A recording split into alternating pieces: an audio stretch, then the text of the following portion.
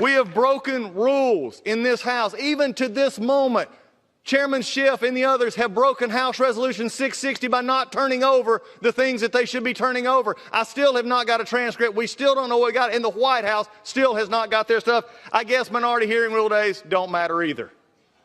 You see, there is a problem here because we're going to vote this tonight while breaking the rules. What a shameful incident.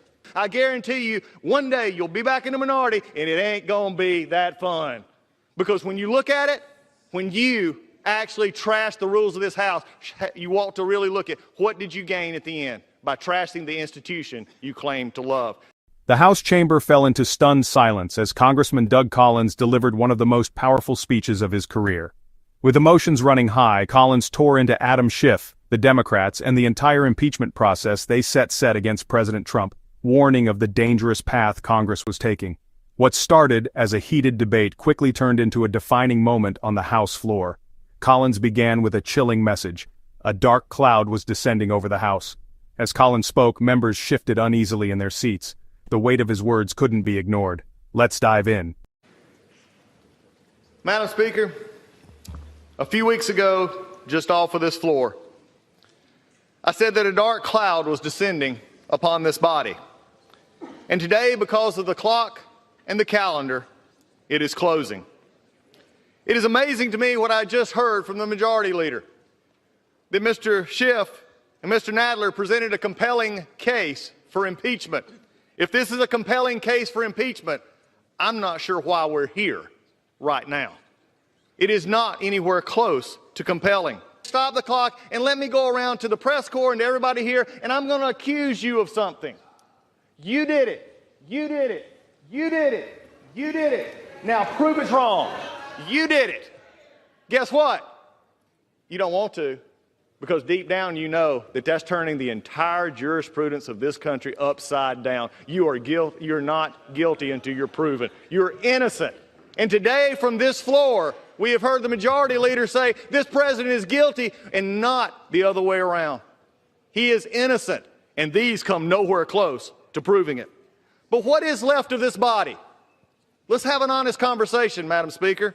What we have found over the past few weeks is it is okay for the majority to tear down a foreign leader because they can't make their case. They've called him a liar or weak or worse, or as it was called in the committee, even looked like a battered wife. It is below the dignity of this body and this majority to tear down a foreign leader because they can't make their case against this one.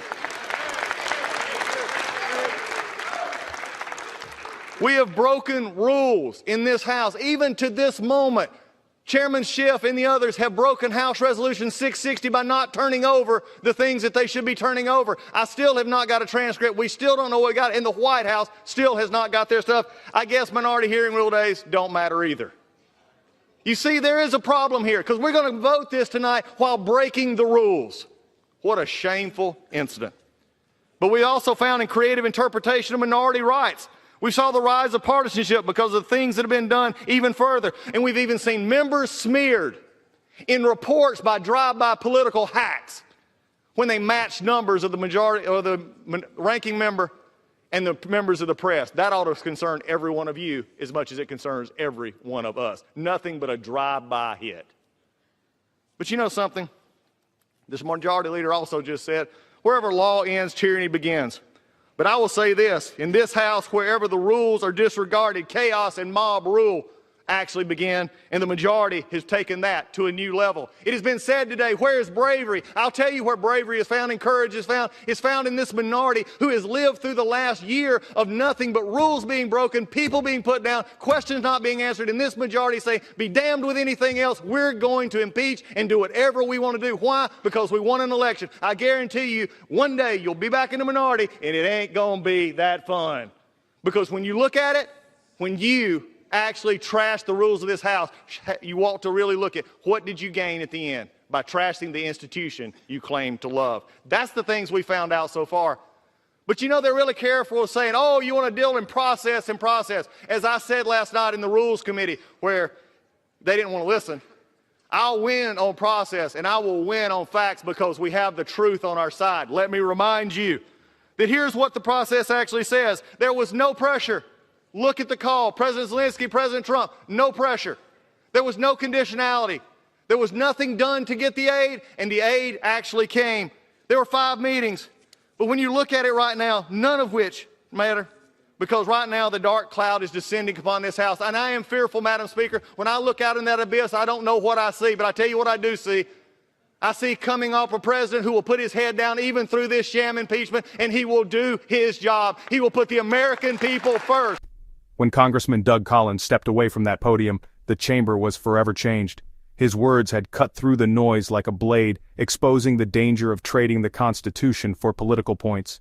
Collins didn't just speak to defend one man, he spoke to defend the principles that hold a nation together. He reminded Congress and the country that justice isn't justice if the rules can be broken whenever power changes hands, that a president or any citizen must be innocent until proven guilty, because to abandon that is to abandon everything America stands for.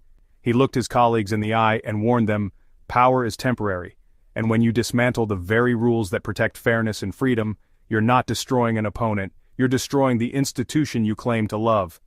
And as the final words left his lips, the applause grew, not just because he spoke with passion, but because he spoke with truth. Truth that transcends party lines. Truth that called out the hypocrisy of rushing impeachment while silencing minority voices. Collins made it clear that history will remember this moment, not for the votes cast or the speeches given, but for whether Congress chose to uphold its principles or sacrifice them for politics.